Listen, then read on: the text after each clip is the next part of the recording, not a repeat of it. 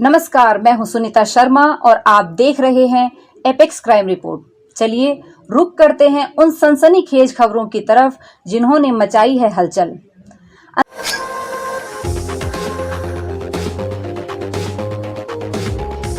अंतर्राष्ट्रीय सुरक्षा एजेंसी ने ऑपरेशन सिम कार्टेल के तहत लातविया में साइबर ठगों का बड़ा नेटवर्क ध्वस्त किया है।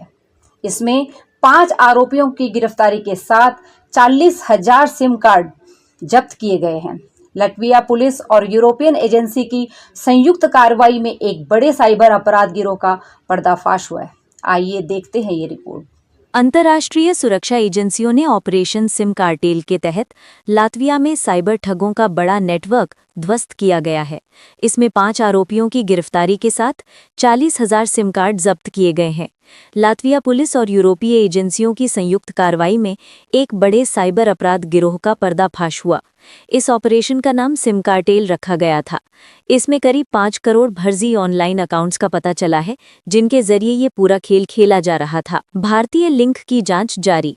कार्रवाई के दौरान 5 साइबर अपराधियों को गिरफ्तार किया गया और 1200 सिम बॉक्स डिवाइस व करीब 40,000 सक्रिय सिम कार्ड जब्त किए गए। इसमें 5 सर्वर, 4 लग्जरी कारें, करीब 4.3 लाख यूरो की बैंक रकम और 3.3 लाख अमेरिकी डॉलर की क्रिप्टो संपत्ति भी फ्रीज की गई। करोड़ों यूरो की साइबर ठगी का खुलासा। ऑस्ट्रिया, एस्टोनिया और लातविया की जांच एजेंसियों ने पाया कि ये नेटवर्क यूरोप के हजारों लोगों को निशाना बना रहा था। सिर्फ ऑस्ट्रिया में ही करीब 4.5 मिलियन यूरो यानी लगभग 40 करोड़ रुपए की ठगी की गई थी, जबकि लातविया में 4.2 लाख यूरो यानी लगभग 3.7 करोड़ रुपए का नुकसान हुआ। अब तक इस गिरोह से जुड़ी 1700 साइबर फ्रॉड की घटनाएं ऑस्ट्रिया में और 1500 मामले लातविया में सामने आए हैं। कैसे काम करता था साइबर ठगी गिरोह? ये गिरोह एक अत्याधुनिक ऑनलाइन सर्विस चला रहा था जो 80 से ज्यादा देशों के नाम पर रजिस्टर्ड फोन नंबर किराए पर देता था।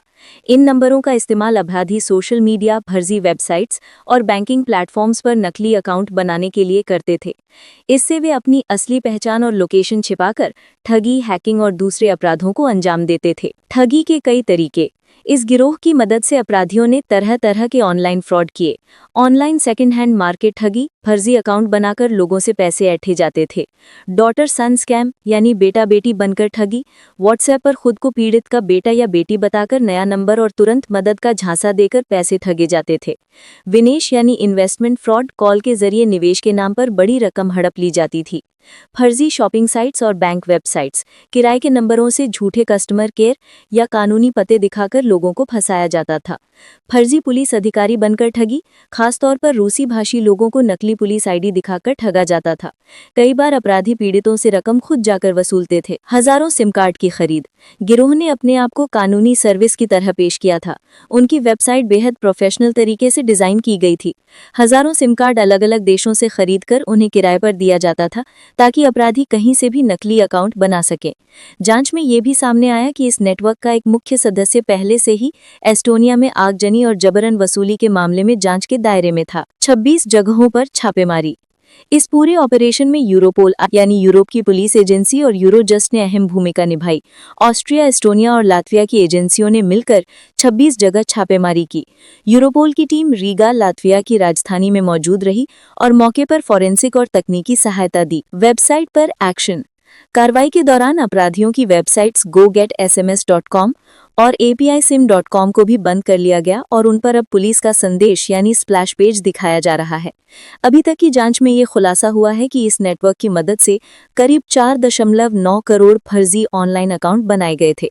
इन अकाउंट से हुई ठगी का अनुमान कई मिलियन यूरो तक पहुंचता है। पंजाब के पूर्व डीजीपी मोहम्मद मुस्तफा, उनकी पत्नी और पूर्व मंत्री रजिया सुल्ताना, साथ ही मृतक की पत्नी और बहन के खिलाफ एमडीसी थाना पंचकूला में हत्या और आपराधिक साजिश की धाराओं के तहत केस दर्ज किया गया है। क्या है पूरा मामला, चलिए देखते हैं। पंजाब के पूर्व डीजीपी मोहम्मद मुस्तफा के बेटे की मौत के मामले में पंचकुला पुलिस ने पूर्व डीजीपी, उनकी पत्नी और पूर्व मंत्री रजिया सुल्ताना, मृतक की पत्नी और बहन के खिलाफ हत्या और षड्यंत्र का केस दर्ज किया है। मलेर कोटला के रहने वाले शमसुद्दीन चौधरी की शिकायत पर पंचकुला पुलिस ने एमडीसी थाने में मामला दर्ज किया। यह कार्रवाई अकील अख्तर की संदिग्ध मौत से जुड़े मामले में की गई है।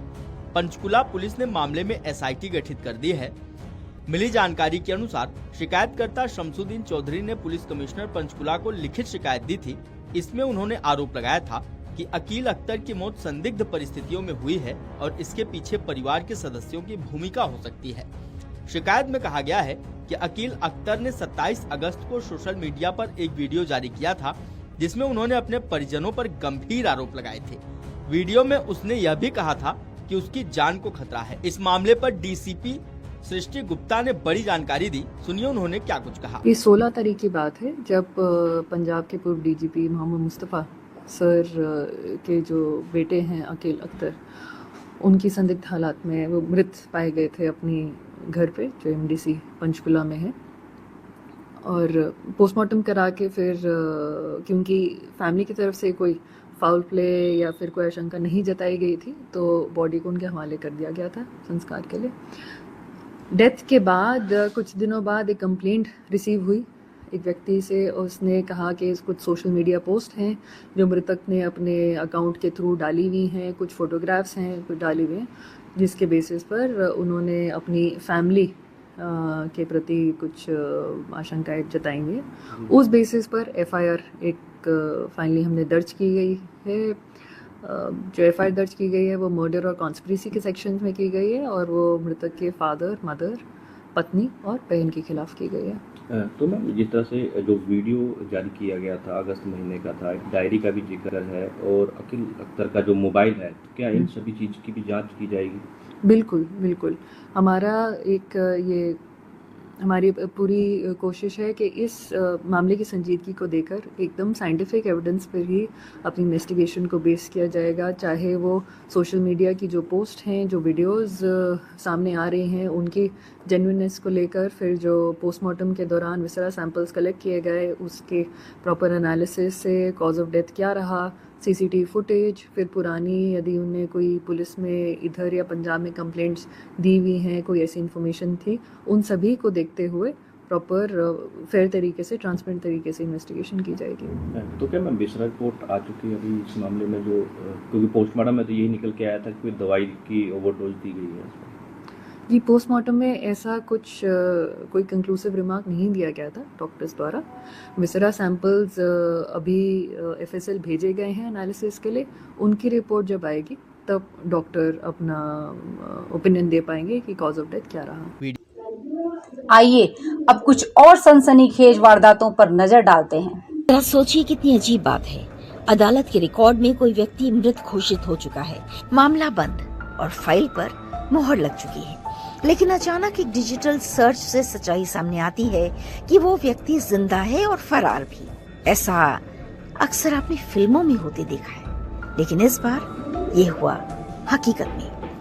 किस्सा खाकी का में बात आज उस शातिर चाल की जिसका खुलासा दिल्ली पुलिस की crime branch interstate cell Chanakyapuri की टीम ने किया, जहां एक आदतन अपराधी ने कानून से बचने के लिए अपनी मौत का स्वांग रचा और 3 साल तक सबको गुमराह करता रहा। साल 2020 में दिल्ली के आउटर नॉर्थ जिले के बवाना थाने में चोरी, सेंधमारी और अवैध हथियारों के कई मामले दर्ज हुए थे। पुलिस के रडार पर एक नाम बार बार आ रहा था, वीरेंद्र विमल। एक चालाक अपराधी जो रात के अंधेरे में फैक्ट्रियों और घरों को निशाना बनाता और दिन के उजाले में ऐसे गायब हो जाता मानो कभी था ही नहीं। फिर आया 2021 जब अदालत में एक मृत्यु प्रमाण पत्र दाखिल किया गया।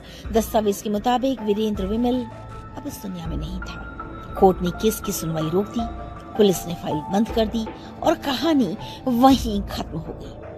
3 साल बाद क्राइम ब्रांच की इंटरस्टेट सेल चाणक्यपुरी को खुफिया स्रोतों से सूचना मिली कि वीरेंद्र जिंदा है और उत्तर प्रदेश में रह रहा है।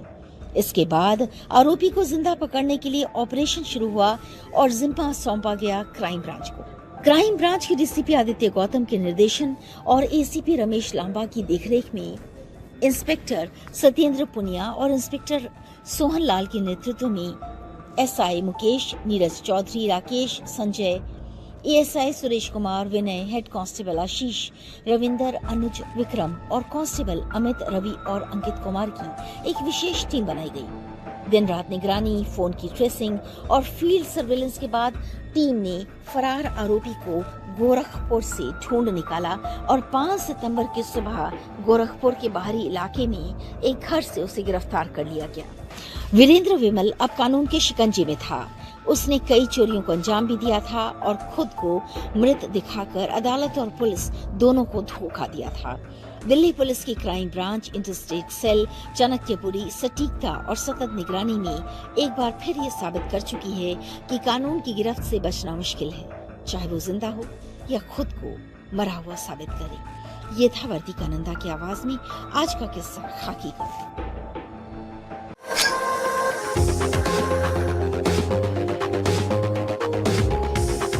रंजीत नगर पुलिस स्टेशन की प्रमाइसेस में एक आर्म्ड रॉबरी हुआ था। 7 बजे के आसपास हमें कॉल मिलता है।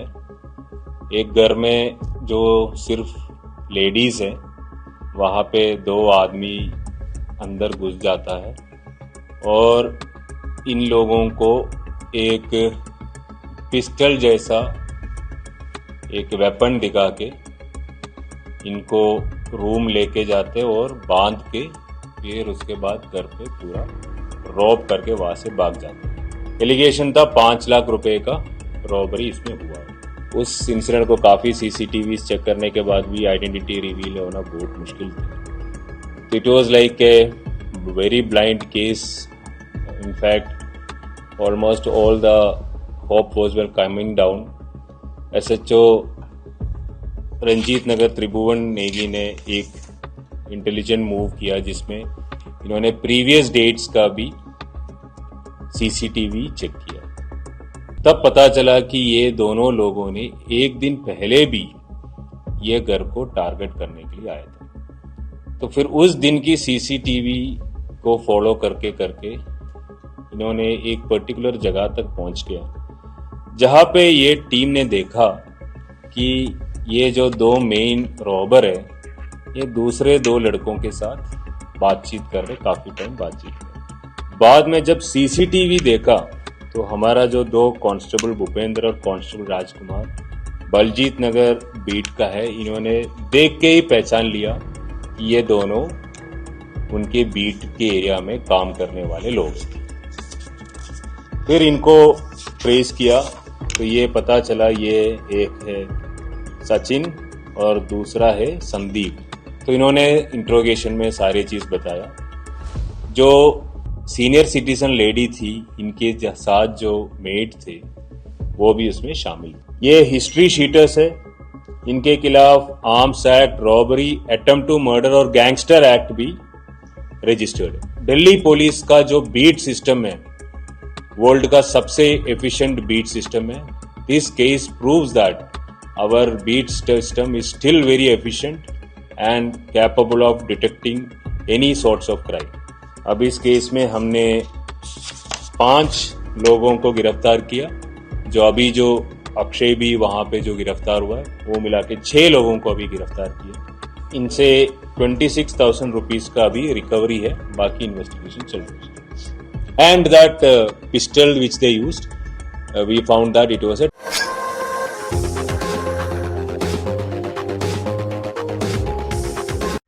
नोएडा में दहेज के लिए निक्की हत्याकांड को अंजाम देने वाले आरोपी पति के 2 नए वीडियो सामने आए। पहले वीडियो में घटना के बाद पति घर से बाहर निकलकर सड़क की तरफ भागता दिखा और कार का दरवाजा खोलकर बंद भी किया, जबकि दूसरा वीडियो साल 2024 का है जिसमें एक लड़की के साथ कार में पकड़े जाने पर कुछ लोग उसको पीटते हैं।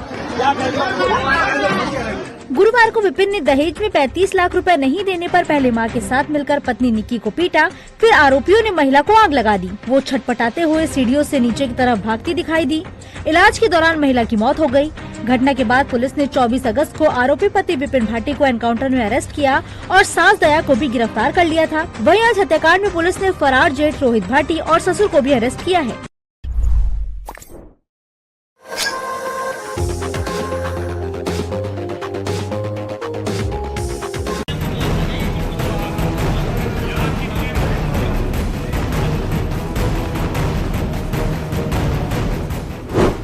मस्जिद के अंदर कैसे हत्यारे पहुंच गए, कैसे किसी को शक नहीं हुआ। सवाल ये है कि क्या मौलाना की पत्नी और बच्चियों की चीखें किसी ने ना सुनी या वो मदद के लिए भागी नहीं? इन सभी सवालों के जवाब अब मिल गए हैं। दरअसल इस गांव के एक मस्जिद के ऊपर मौलाना इब्राहिम का एक कमरे का घर था। मौलाना मस्जिद के अंदर बच्चों को नमाज पढ़ाते थे, साथ ही तालीम भी देते थे। ऐसा ही कुछ वारदात के दिन हुआ। सुबह 9 बजे मौलाना इब्राहिम बच्चों को तालीम दे रहे थे। किसी बात पर इब्राहिम ने 2 बच्चों की पिटाई कर दी और फिर उन्हें अफगानी विदेश मंत्री के स्वागत के लिए सहारनपुर के देवबंद जाना था, इसलिए बच्चों की पिटाई के बाद ही वो घर से तुरंत निकल पड़े। मौलाना को अंदाजा भी नहीं था कि जिसे वो बच्चा समझ रहे हैं वो शैतान बन जाएंगे। मौलाना इब्राहिम की मार दोनों नाबालिग छात्रों के शरीर से ज्यादा दिमाग पर घाव कर गया। दोनों के दिमाग पर बदले का भूत चढ़ गया। दोनों की उम्र 14 से 15 साल बताई जा रही है, लेकिन जुर्म किसी शातिर हत्यारों जैसा किया है। दोनों छात्र मस्जिद से निकल तो आए, लेकिन उनके दिमाग में बदले की प्लानिंग चल रही थी। दोनों मस्जिद से चले जाते हैं और इस सब के बीच पूरा कमरा खून से सना हुआ था। बच्चियां अभी भी सदमे से निकल नहीं पाई हैं। आनन फानन में बच्चियां मस्जिद से निकली और परिवार वालों को पूरी बात बताई, जिसके बाद पूरा गांव इकट्ठा हो गया। गांव में हड़कंप मच गया और गांव वालों ने जब देखा तो वो भी सन्न रह गए। इसके बाद मौलाना इब्राहिम को फोन करके पूरे मामले की जानकारी दी गई और साथ ही पुलिस को भी बुला लिया गया। पुलिस ने शवों की पोस्टमार्टम करानी चाहिए, लेकिन लोगों ने गुस्सा जाहिर किया और फिर मौलाना इब्राहिम घर पहुंचते हैं और पुलिस का शक सबसे पहले मौलाना इब्राहिम पर जाता है, क्योंकि घर का सीसीटीवी बंद था, लेकिन एक सीसीटीवी जो मस्जिद के बाहर लगा हुआ था वो चालू था और यही वजह है कि पुलिस मात्र 6 घंटे में आरोपियों तक पहुंच पाई है। मस्जिद के गेट पर लगे सीसीटीवी और आसपास के सीसीटीवी को चेक किए गए। इसमें 2 छात्र मस्जिद के बाहर टहलते हुए दिखाई दिए, फिर 12:30 बजे मस्जिद के अंदर घुसते हुए नजर आए। यानी करीब 4 घंटे। 9 बजे ये बच्चे मार खाते हैं और 4 घंटे बाद वापस मस्जिद के अंदर घुसते हुए दिखाई देते हैं और फिर इन्हीं बच्चों पर शक करके पुलिस ने इन्हें धर दबोचा और फिर शुरुआत में तो आनाकानी करते दिखे, बाद में इन्होंने पूरा जुर्म पुलिस के सामने कबूल लिया। पुलिस के सामने बच्चों ने बताया कि इन्होंने मारा था और इसी का बदला उन्होंने उनके परिवार को खत्म करके किया है। मतलब इन दोनों छात्रों ने कोई कसर नहीं छोड़ी, छुरा हथौड़ी सबसे वार कर लिया कि कोई चांस ना बचे कि परिवार जिंदा रहे। और इसके बाद भी नाटक करते रहे। जब भीड़ जुटी तो ये भी फूट फूट कर रोने लगे, जिस पर शक ना हो। जी ये पूरा दावा किया जा रहा है और पुलिस ने फिर इसके बाद हिरासत में लिया और अब बताया जा रहा है कि यही मुजरिम है, यही हत्यारे हैं।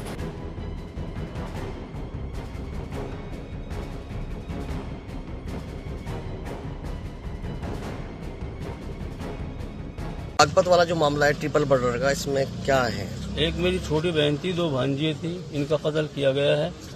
हम ये रिक्वेस्ट करते हैं कि उनका खुलासा किया जाए।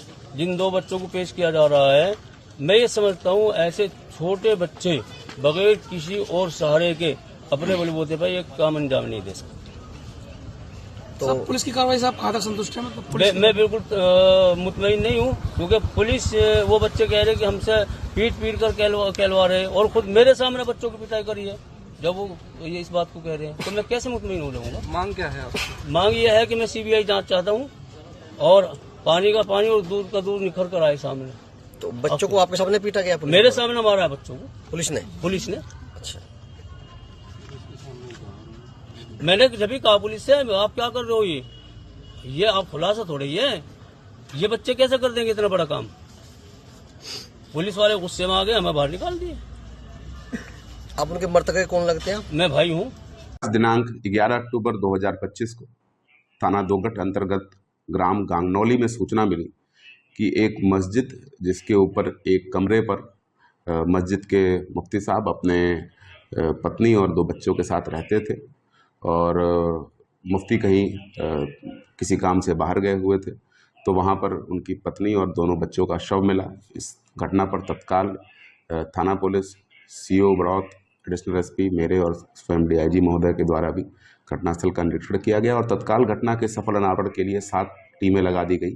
फील्ड यूनिट के द्वारा भी मौके से आवश्यक फिंगरप्रिंट्स और डीएनए साक्ष्य उठाए गए और लगातार जो 7 टीमें थी उन्होंने बड़े कम अवधि के अंदर वीडियोस को देख के 2 संदिग्धों को चिन्हित किया और जिनसे जब पूछताछ की गई तो ज्ञात हुआ कि ये दोनों बच्चे जो बाल अपचारी हैं, ये उसी मस्जिद के नीचे मौलवी से तालीम हासिल करते थे और मौलवी इनकी अक्सर पिटाई कर देता था, जिसके कारण क्षुब्ध होकर इन्होंने इस घटना की योजना बनाई और ये घटना कारित की।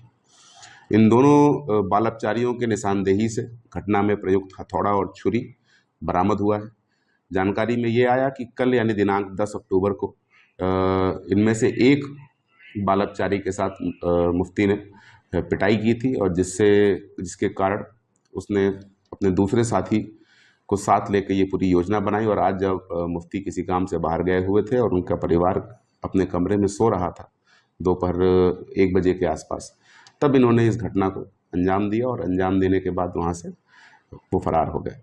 बड़े ही कम अवधि में पूरी बागपत पुलिस की टीम, एसओजी सर्विलांस और तमाम 6 थानों की टीम ने इस पूरी घटना को वर्कआउट किया है और दोनों बाल अपचारियों को अपनी कस्टडी में लिया है। थाना दोगट पर वादी की तहरीर पर अभियोग पंजीकृत करके आवश्यक विधिक कार्रवाई की जा रही है। वक्त हो चला है आपसे विदा लेने का।